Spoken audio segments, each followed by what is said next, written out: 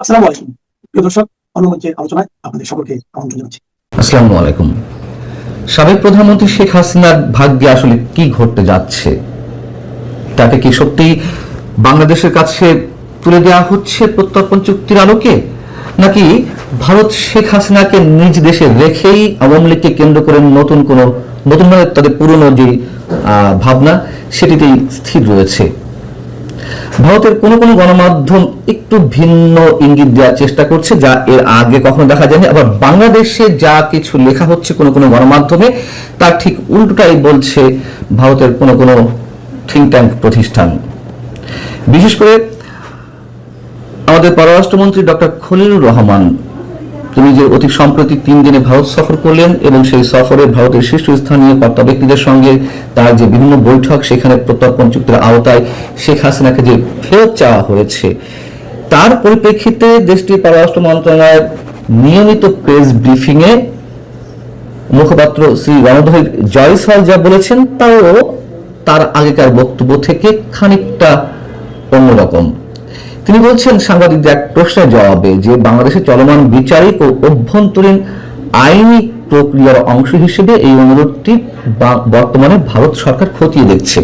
এই ধরনের বক্তব্য এর আগেও বিভিন্ন সময় দেওয়া হয়েছে ভারতের পক্ষ থেকে। যখন ডক্টর ইউনূস সরকারের সময় বারবার এ বিষয়ে তাগাদা দেওয়া হচ্ছিল, এই একই ধরনের বক্তব্য ছিল সেখানে।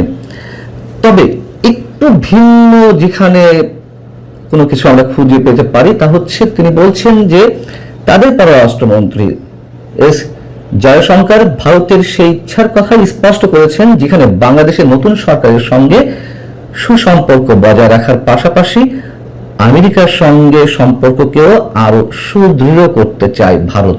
এখন শেখ হাসিনাকে কেন্দ্র করে বাংলাদেশের বিষয় তো আসতেই পারে।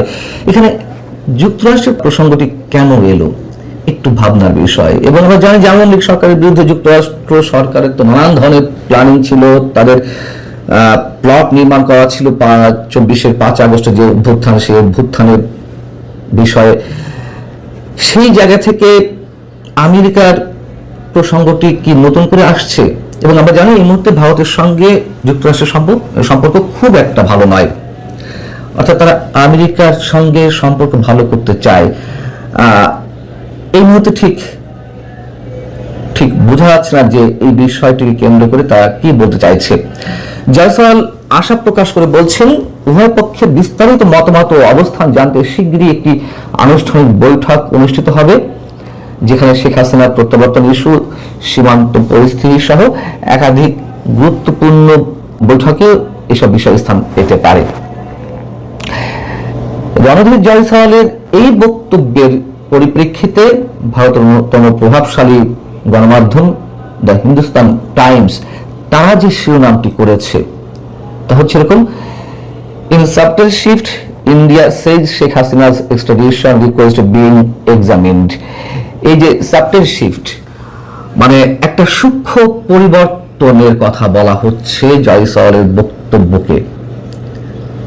এখানে বলা হচ্ছে যে এই বিষয়ে ভারতের অবস্থানে একটি সূক্ষ্ম পরিবর্তন এসেছে, যা 8 এপ্রিল নয়াদিল্লিতে বাংলাদেশের পররাষ্ট্রমন্ত্রী খলিলুর রহমানের সঙ্গে ভারতের পররাষ্ট্রমন্ত্রী এস জয়শঙ্করের সাক্ষাতে উত্থাপিত হয়েছিল।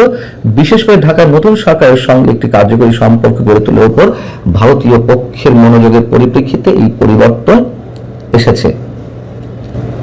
কদিন আগে মানবজমিনে একটি প্রতিবেদন এলো যেখানে বলা হয়েছে যে শেখ হাসিনাকে কাতার চলে যাওয়ার কথা বলেছে ভারত, এবং আমি নিজেই মন্তব্য করেছিলাম যে এটি এই মুহূর্তে ভারত করবে কিনা,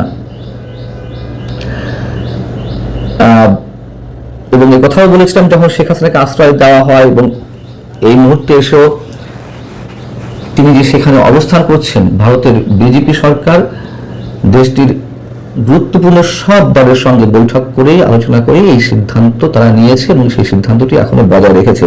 তবে কোনো কোনো ক্ষেত্রে আমরা একটু অন্যরকম মেসেজ পেতে পারি। যেমন কংগ্রেসের অন্যতম শীর্ষ নেতা শশী থারুর, যিনি ভারতের পররাষ্ট্র মন্ত্রণালয় বিষয়ক সংসদীয় স্থায়ী কমিটির সভাপতি, তিনি কিন্তু অনেক আগে থেকেই বলে আসছেন 2024-এর 5 আগস্টের আন্দোলনের পরপরই যে দ্য এন্ড অফ হাসিনা এরা, এই নামে এই শিরোনামে তিনি একটি আর্টিকেল লিখেছিলেন বিভিন্ন গণমাধ্যমে, অর্থাৎ হাসিনা যুগের অবসান। কেউ কেউ হয়তো মনে করছেন যে আর হাসিনাকে ধরে রেখে কোনো লাভ নেই, হাসিনাকে কেন্দ্র করে বাংলাদেশ ভারতের মধ্যে যেই সম্পর্ক তা যদি পুনর্নির্মাণ করতে হয় তবে সেক্ষেত্রে বাধার সৃষ্টি হয়ে দাঁড়াবে। তবে আমার মনে হয় না যে শুধু শশী থারুরের বক্তব্যের উপরেই সবকিছু নির্ভর করছে।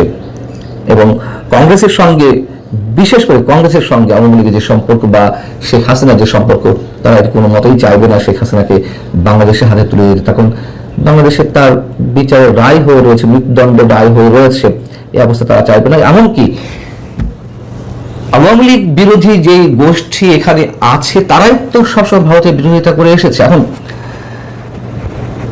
সেই জায়গা থেকে ভারতের জনগোষ্ঠীর একটি বিশাল অংশের মধ্যেও বাংলাদেশ বিরোধী মনোভাব গড়ে উঠেছে এবং আওয়ামী লীগের প্রতি তাদের একটি সফট কর্নার আগে থেকেই আছে, এখনো সেটি রয়েছে। সেই জায়গা থেকে সম্ভবত তারা শেখ হাসিনাকে ফেরত পাঠানোর বিষয়ে একমত পোষণ করবে না।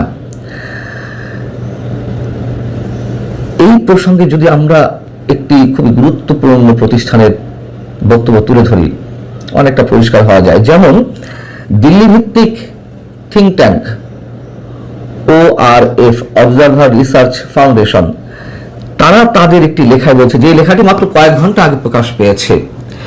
সেখানে বলা হচ্ছে যে ডক্টর খলিলুর রহমানের সফরের সময় অজিত দোভাল, ভারতের নিরাপত্তা উপদেষ্টা এবং জয়শঙ্কর ভারতের পররাষ্ট্রমন্ত্রীর সঙ্গে যে আলোচনাগুলো হয়েছে সেখানে খুব স্বাভাবিকভাবেই প্রত্যর্পণ চুক্তির বিষয়টি উঠে এসেছে।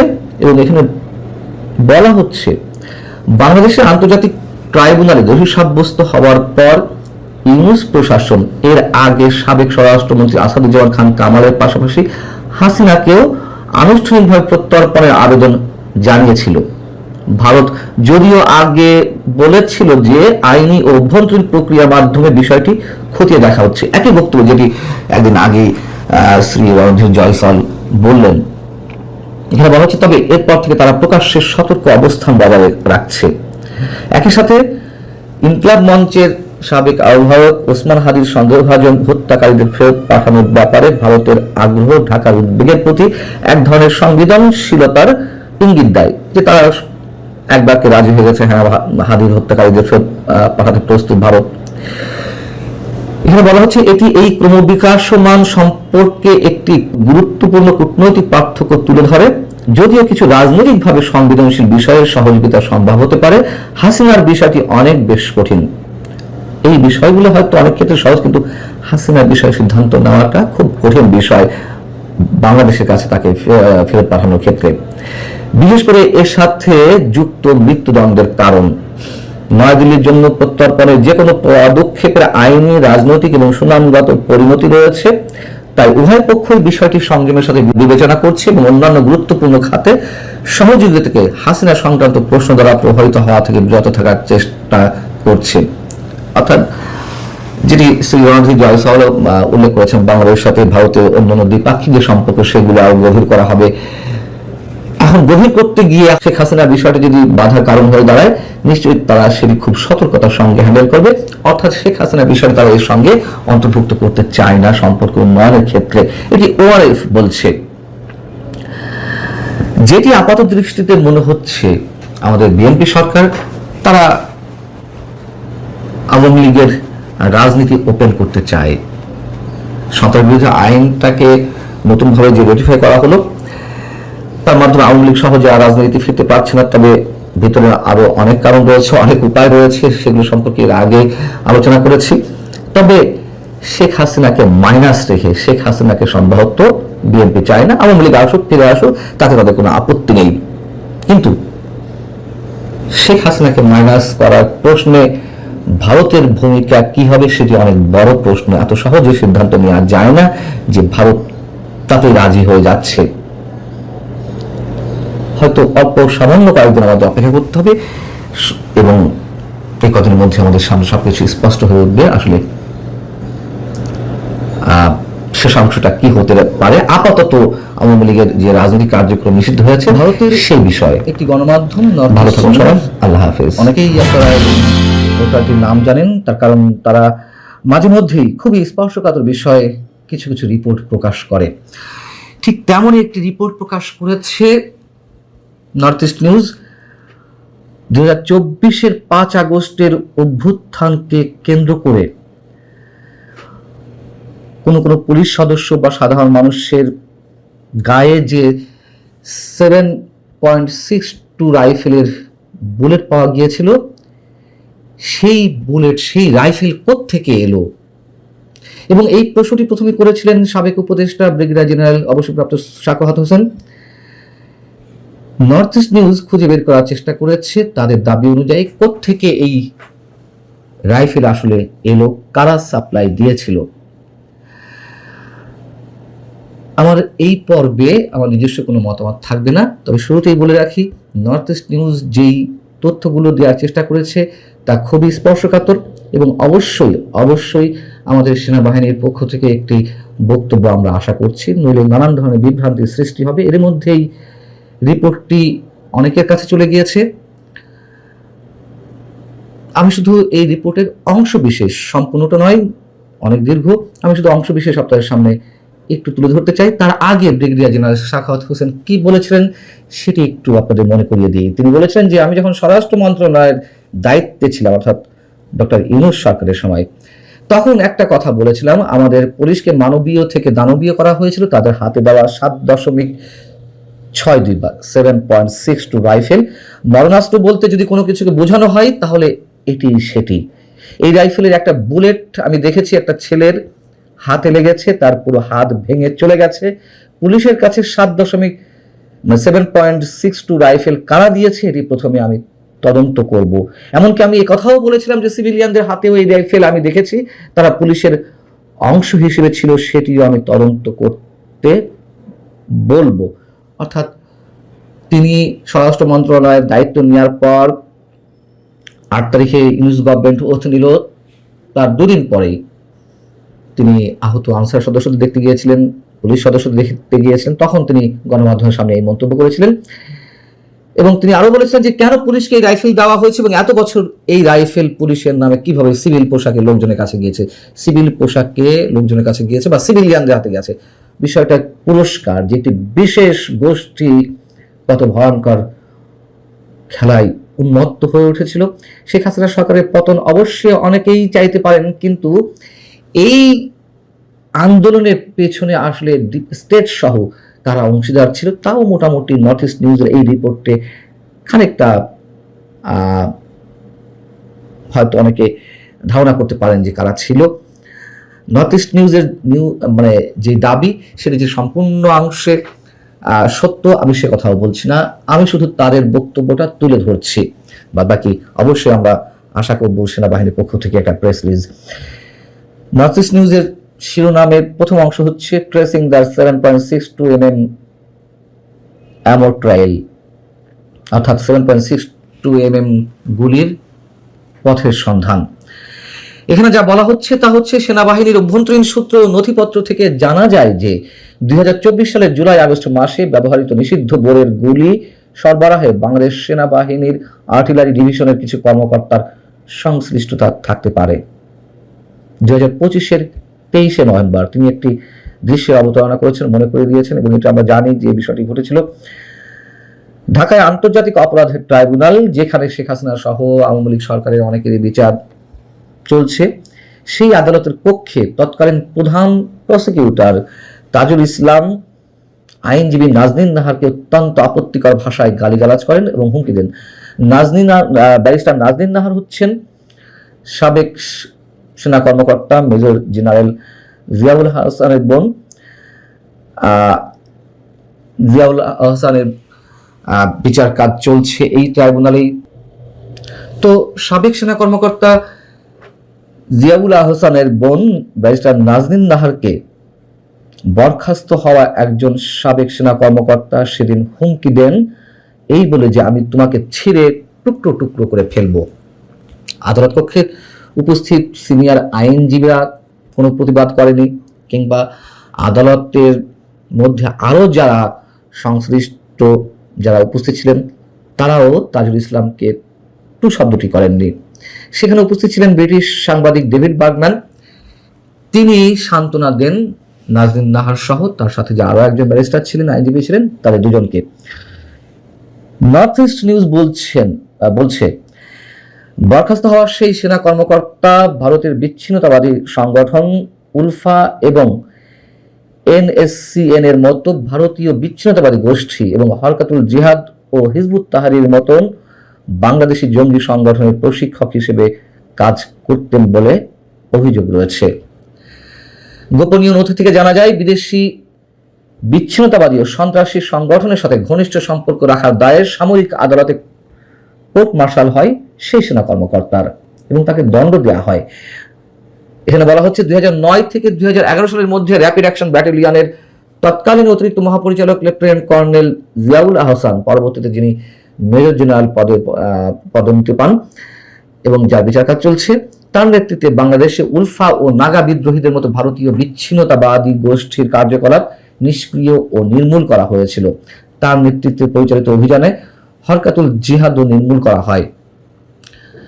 র্যাবের তদন্তে ভারতীয় বিচ্ছিন্নতাবাদী গোষ্ঠী এবং হরকাতুল জিহাদের সঙ্গে সাবেক ওই সেনা কর্মকর্তার গভীর সংযোগ প্রমাণিত হয় এবং এই প্রমাণের ফলে 2012 সালের 15 মার্চ কোর্ট মার্শালের রায়ে তিনি সহ তার আরো 2 সহযোগী অর্থাৎ আরো 2 সাবেক সেনা কর্মকর্তা তাদেরকে বরখাস্ত করা হয় এবং 4 বছর 3 মাসের সশ্রম কারাদণ্ড দেওয়া হয়। ভারতীয় বিচ্ছিন্নতাবাদী জন ও রাজেশের সঙ্গে তাদের ঘনিষ্ঠ যোগাযোগের প্রমাণ পাওয়া যায় হাসিনুরের অনুরোধ, অর্থাৎ এখানে সাবেক সেনা কর্মকর্তা বলতে লেফটেন্যান্ট কর্নেল রিটায়ার্ড হাসিনুর কথা বলা হয়েছে। সেই সাবেক সেনা কর্মকর্তা হাসিনুরের অনুরোধে আরো এক সেনা কর্মকর্তা ব্রাহ্মণবাড়িয়ার সরাইলে বিদেশি বিচ্ছিন্নতাবাদী গোষ্ঠীগুলোকে আশ্রয় দিয়েছিলেন। পাকিস্তানের গোয়েন্দা সংস্থা ISI এর সঙ্গে তাদের সম্পর্ক ছিল। তারা পার্বত্য চট্টগ্রামে UPDF এবং JSS এর মতো স্থানীয় বিচ্ছিন্নতাবাদী দলগুলোর সঙ্গে ভারতীয় বিচ্ছিন্নতাবাদী দলগুলোর সংযোগ স্থাপন করে দিয়েছিলেন এবং ময়মনসিংহে একাধিক সভা করেছিলেন। আমরা জানি KNF এর নাম, বাংলাদেশে পার্বত্য চট্টগ্রাম ভিত্তিক যে বিচ্ছিন্নতাবাদী সংগঠন, তাদের সঙ্গে আবার ভারতের কোনো বিচ্ছিন্নতাবাদী সংগঠনের যোগাযোগ রয়েছে, এগুলো আমরা আগে থেকে জেনে আসছি। নর্থ ইস্ট নিউজ বলছে 2014 সালের 21 এপ্রিল তৎকালীন প্রাক্তন সেনাপ্রধান জেনারেল ইকবাল করিম ভুইয়া বরখাস্তকৃত ওই সেনা কর্মকর্তার সাজা শেষ হওয়ার আগেই তার মুক্তির ব্যবস্থা করেন।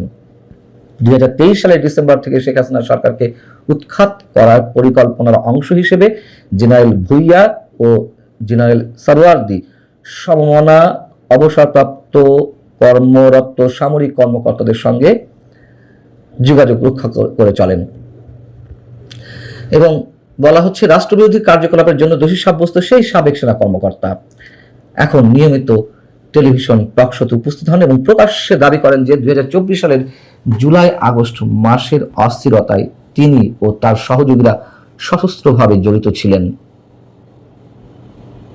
নর্থ ইস্ট নিউজ বলছে, গোয়েন্দা সংস্থাগুলো প্রকাশ করেনি যে বরখাস্ত ও অবাঞ্ছিত সামরিক কর্মকর্তারা কিভাবে প্রাণঘাতী অস্ত্র সংগ্রহ করেছিলেন, অর্থাৎ সেই 7.62 mm রাইফেল।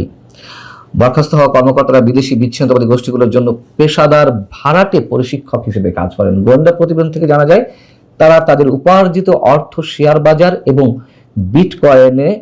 বিটকয়েন ট্রেডিং এ বিনিয়োগ করেন এবং এই বিটকয়েন সম্পর্কিত আমরা আরো বেশ কিছু কথাবার্তা শুনছি। সাবেক উপদেষ্টাদের মধ্যে কেউ কেউ, অর্থাৎ ডক্টর ইউনূসের সরকারের উপদেষ্টা পরিষদের সদস্যদের কেউ কেউ বিটকয়েনে হাজার হাজার কোটি টাকা রেখেছে। এই প্রতিবেদনে বলা হচ্ছে যে যুদ্ধাপরাধের দোষী সাব্যস্ত জামাতে ইসলামের সাবেক আমির গোলাম আজমের ছেলে বরখাস্ত হওয়া ব্রিগেডিয়ার জেনারেল আজমির সাথেও যোগাযোগ বজায় রাখেন। সেনাবাহিনী থাকা ভারত বিরোধী কর্মকর্তার উপর আজমির প্রভাব রয়েছে। 16 জুলাই থেকে 4 আগস্টের মধ্যে ঢাকায় নিহতদের অধিকাংশই স্নাইপার রাইফেলে ব্যবহৃত 7.62 mm ক্যালিবারের গুলিতে মারা যান। এই ধরনের অস্ত্র সাধারণত সেনাবাহিনীর আর্টিলারি ডিভিশন ব্যবহার করে থাকে। অস্থিরতার সময় পুলিশ হত্যায় বিদেশি ভাড়াটে বিচ্ছিন্নতাবাদী জড়িত ছিল।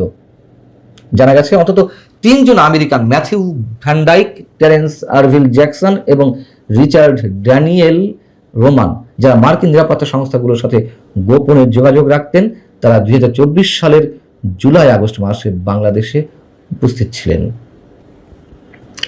এখানে ডিপ স্টেটের খেলা ছিল এই আন্দোলনে, এখনো ডিপ স্টেটের খেলা চলছে। এবং খুব সহজ কথা আবারও বলি, শেখ হাসিনার সরকারের সময় আইন শৃঙ্খলা রক্ষাকারী বাহিনীর সদস্যরা গুলি করেছে, কিন্তু আইন শৃঙ্খলা রক্ষাকারী বাহিনীর সদস্যরা, পুলিশ সদস্যরা নিহত হয়েছেন এবং এই নিহতের সংখ্যা অনেক বলে অনেকে দাবি করেন। পুলিশকে তো আর আওয়ামী লীগের কর্মী সমর্থকরা মারেনি, তাই না? আবার পুলিশ সদস্যদের উপরে যে আক্রমণ করতে পারে তার একটি ধারণা এখানে পাওয়া গেছে, যে সেখানেও ডিপ স্টেটের খেলোয়াড়রা ছিলেন বা যারা এই খেলা অংশ নিয়েছিলেন তাদের নেতৃত্বে, তাদের অনুসারে কোনো সদস্য থাকতে পারেন। অর্থাৎ এই যে 1400 মানুষ হত্যাকাণ্ডের শিকার হলেন জাতিসংঘের দাবি অনুযায়ী, তাদের মধ্যে সবাই তো 5 আগস্টের আগে নিহত হননি। যারা নিহত হয়েছিলেন তারা কাদের গুলিতে নিহত হয়েছিলেন? এবং আত্মস্বীকৃত খুনিরা বাংলাদেশে তো রয়েছেই, তারা বলছে তারা কি করেছিল ওই সময়। অর্থাৎ নর্থ ইস্ট নিউজের এই রিপোর্টটি আমরা কতটুকু গ্রহণ করব, কতটুকু বর্জন করব, এটি যার যার ধারণার উপরেই নির্ভর করবে। তবে আমি মনে করি সেনাবাহিনীর পক্ষ থেকে একটি বিবৃতি আসা উচিত অন্তত আমাদের জন্য। ভালো থাকুন সবাই, আল্লাহ হাফেজ।